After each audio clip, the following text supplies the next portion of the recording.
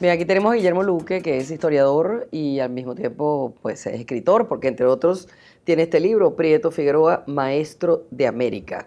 Así le decían a Prieto Figueroa, ¿no? Es correcto. Porque realmente era un hombre que había, su obra pues impactó, no solamente en Venezuela, ¿no? Ahora, ¿cuál fue el centro del planteamiento de Prieto Figueroa en eso que se conoce como Estado docente? Prieto Figueroa es un intelectual oceánico, de muchas ideas, de muchas obras, de muchos libros. Y como usted lo dice, la tesis del Estado docente, que es una tesis política, educativa, que tiene proyecciones en América Latina y en el mundo, y viene, si se quiere, de asumir Prieto la concepción teórica alemana del Estado social, o sea, del Estado que interviene en la sociedad, porque la experiencia del capitalismo a partir del año 29 es que no se puede dejar el capitalismo sin que intervenga el Estado, porque la sociedad se perturba y sufre más de lo debido.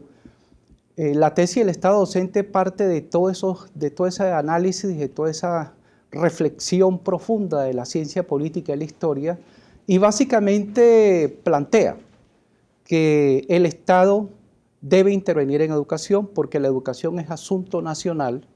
La educación no puede ser dejada a intereses corporativos, o sea, intereses privados que ven, lógicamente, por sus propios intereses.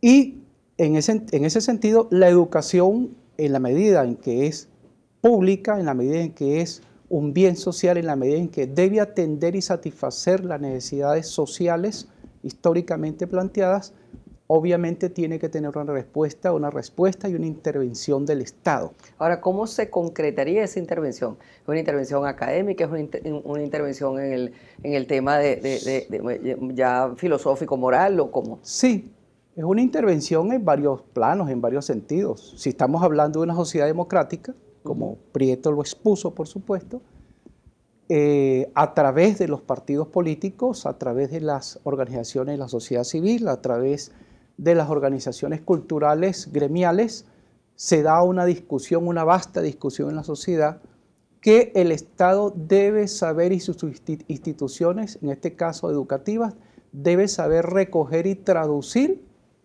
como tareas, como objetivos, como metas, como principios, como orientaciones generales, porque es el Estado la institución llamada a precisar precisamente esos objetivos y esas orientaciones generales. Eso es lo que Prieto expuso una y otra vez, sin querer decir, porque nunca lo dijo, que los sectores privados no debían participar en educación. No, los sectores privados deben participar en educación conjuntamente con el Estado, deben colaborar en la educación conjuntamente con el Estado, solo que es el Estado quien debe orientar la educación porque es una educación nacional. Ahora, eso en el entendido de que sea un Estado democrático. Exactamente, una sociedad democrática. Una sociedad democrática que de alguna manera pues Exacto. ejerza una especie de tutelaje del Estado sobre la educación, pero dentro de la democracia y con los cánones de la democracia. Es correcto. Cuando el Estado es fascista, cuando el Estado es totalitario, cuando el Estado es no democrático, el mismo Prieto y la teoría política nos dicen que como la educación no es neutra, jamás la educación es neutra, sino que en ella hay contenidos ideológicos y políticos, precisamente Prieto nos dice que se traducen entonces o se verifican las ideas fascistas o las ideas nazistas, como en efecto se produjeron históricamente, o falangistas en el caso de la España franquista, por ejemplo, o cuando el Estado es democrático tiende a traducir las ideas y valores democráticos en medio de la polémica y la confrontación propia de la democracia. Ahora, fue justamente la democracia la que permitió ese debate, es decir, Sí, y el propio planteamiento sí, de Prieto, que él mismo decía que no se podía llevar a cabo sino en democracia. Ahora, a partir ¿qué de López significó? Contreras y Medina Angarita se produce en Venezuela la apertura, como dicen, progresiva hacia la democracia, pero sabemos que es en el trienio de Acción Democrática cuando el país arriba, propiamente dicho, al voto universal directo y secreto. O sea, la primera experiencia democrática de este país vino de la mano de Acción Democrática, eso no lo puede dudar nadie. Y Rómulo Gallegos, don Rómulo Gallegos, el escritor Rómulo Gallegos, es nuestro primer presidente electo en elecciones universales, directas y secretas. Sí. Ahora, ¿cuáles eran los principales, la contienda cómo se presentó ese debate, porque yo entiendo que ese debate, por lo que he leído, fue el planteamiento de Prieto fue muy polémico, hubo Sí. mucha gente que lo cuestionó. Era natural, porque veníamos de una sociedad gomecista, no los 27 años de dictadura, todo el siglo XIX y buena parte del siglo XX, sobre todo las últimas décadas y todo el gomecismo dominó el pensamiento positivista. El pensamiento positivista que trajo sus novedades, trajo también o dejó ciertos razonamientos que fueron en educación que fueron gazapos, es decir, la educación para las minorías, la educación excluyente. Ya sabemos que con Gómez en el año 35 muere y el 86% en cifra modesta era analfabeto, no, éramos petroleros desde el año 20, pero no teníamos una escuela técnica, una universidad que estudiara petróleo. Es decir, realmente teníamos un país empobrecido en su cultura y empobrecido en su materialidad, vamos a decirlo así.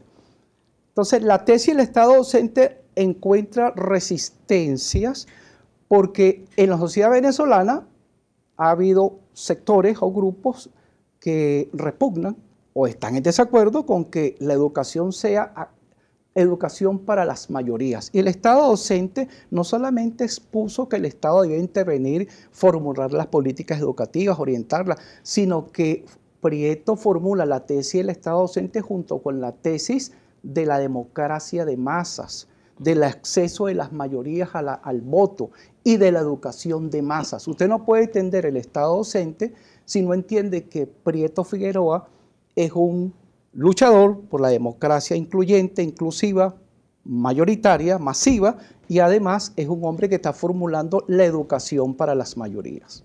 Muchísimas gracias, señor Luque, Guillermo Luque, Gracias. que estuvo con nosotros para comentar, que es muy entendido en todo lo que es la obra de Prieto Figueroa, para comentar este tema tan interesante.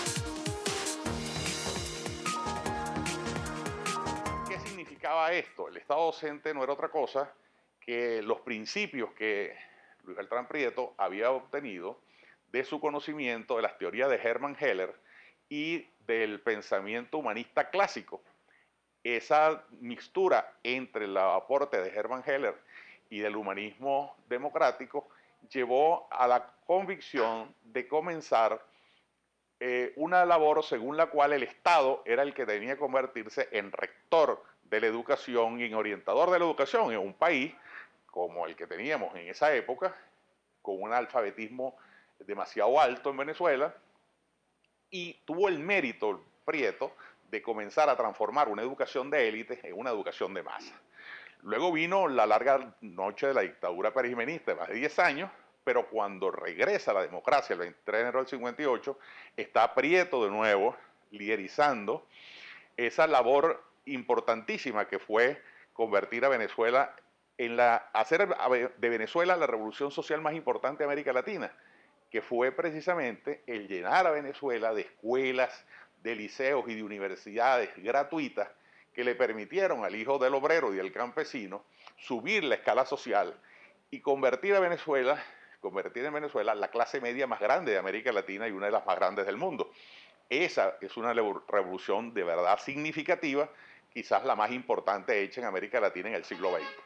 Eso de haber transformado al hijo del obrero y del campesino, al hijo del Juan Bimba, en un hombre educado, que además lo hizo a través de dos instituciones muy importantes. Una, la que él crea a través de una ley, siendo parlamentario, que es el Instituto Nacional de Cooperación Educativa, que es ejemplo en todo el mundo por ser también pionero en la educación para el trabajo, con una composición también sin precedentes, que era un instituto con participación de los empresarios, de los trabajadores y del Estado, y precisamente convierte pues al campesino que había llegado a las ciudades sin preparación en un obrero calificado que podía ingresar a las industrias. Esa labor fue luego heredada por los demás gobiernos de la democracia y fue por eso que logramos luego tener la Fundación Gran Mariscal de Ayacucho, que le permitió luego a los graduandos venezolanos ir a las universidades más prestigiosas del mundo, a las universidades más costosas del mundo, gratuitamente, gracias a la labor de ese Estado docente que fue idea originaria de Luis Beltrán Prieto Figueroa y de los pioneros de la educación venezolana. Bueno, Manuel Felipe, hay que hacer un comentario final porque estaba muy bueno todo esto, pero realmente, ¿qué significó para la sociedad venezolana el Estado docente? Bueno, el Estado docente significó eso que hablamos antes en el sentido de una educación al servicio de las mayorías. Porque Prieto decía que él admiraba a Faustino Domingo Sarmiento, el gran pensador argentino, en el sentido de que la educación no estaba dirigida solamente a la persona que se formaba, que adquiría conocimiento, sino que la educación tenía que tener un componente social, en el sentido de que tenía en función de las mayorías, del pueblo, de las ideas democráticas, de avance. Y eso fue Prieto.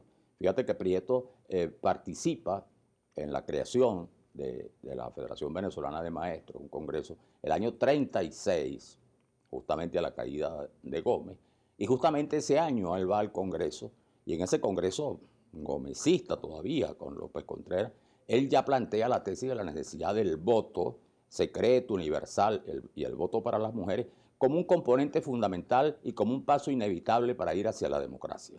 De allí que Prieto, junto con otros compañeros de Acción Democrática, participa activamente en la preparación de la famosa Revolución de Octubre, que derrocó a Medina Angarita el 18 de febrero de 1945. Y hay un dato importante. Prieto, mientras participaba en esas tareas, él tenía una librería en el centro de Caracas, la librería Magisterio de Torre Averroes, y allí los militares rebeldes, digamos, comprometidos, iban, y la manera de inscribirse en el movimiento era pedir comprar un libro que se llamaba China en Armas. Entonces, bueno, se produce la Revolución de Octubre. Prieto, por supuesto, es miembro de la Junta, todo lo que conocemos, ministro de Educación. Luego duró muy poco, por cierto. Sí, claro. Luego se va al exterior, y en el exterior cumple tareas muy importantes con los organismos internacionales dedicados a la educación, en Honduras, en Costa Rica, en Cuba, y desarrolla mucho, y él planteaba la lucha contra el analfabetismo.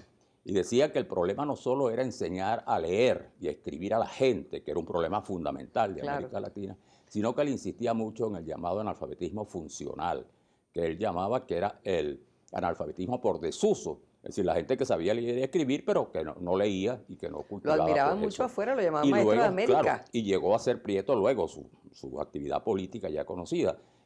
Por supuesto, funda el MEP, es candidato presidencial en 2 oportunidades. Pero yo diría, Maki, que a la hora de hacer un juicio de valor sobre Prieto, que fue político y educador, yo creo que el gran legado de Prieto es un legado fundamentalmente moral. Así es. Y creo que esa es lo que en la historia hay que reconocer en este venezolano de origen humilde, pero que supo enfrentar todas las batallas con una gran dignidad y que apostó todo a la democracia venezolana. Esa es la clave. Esa es la clave. Bueno.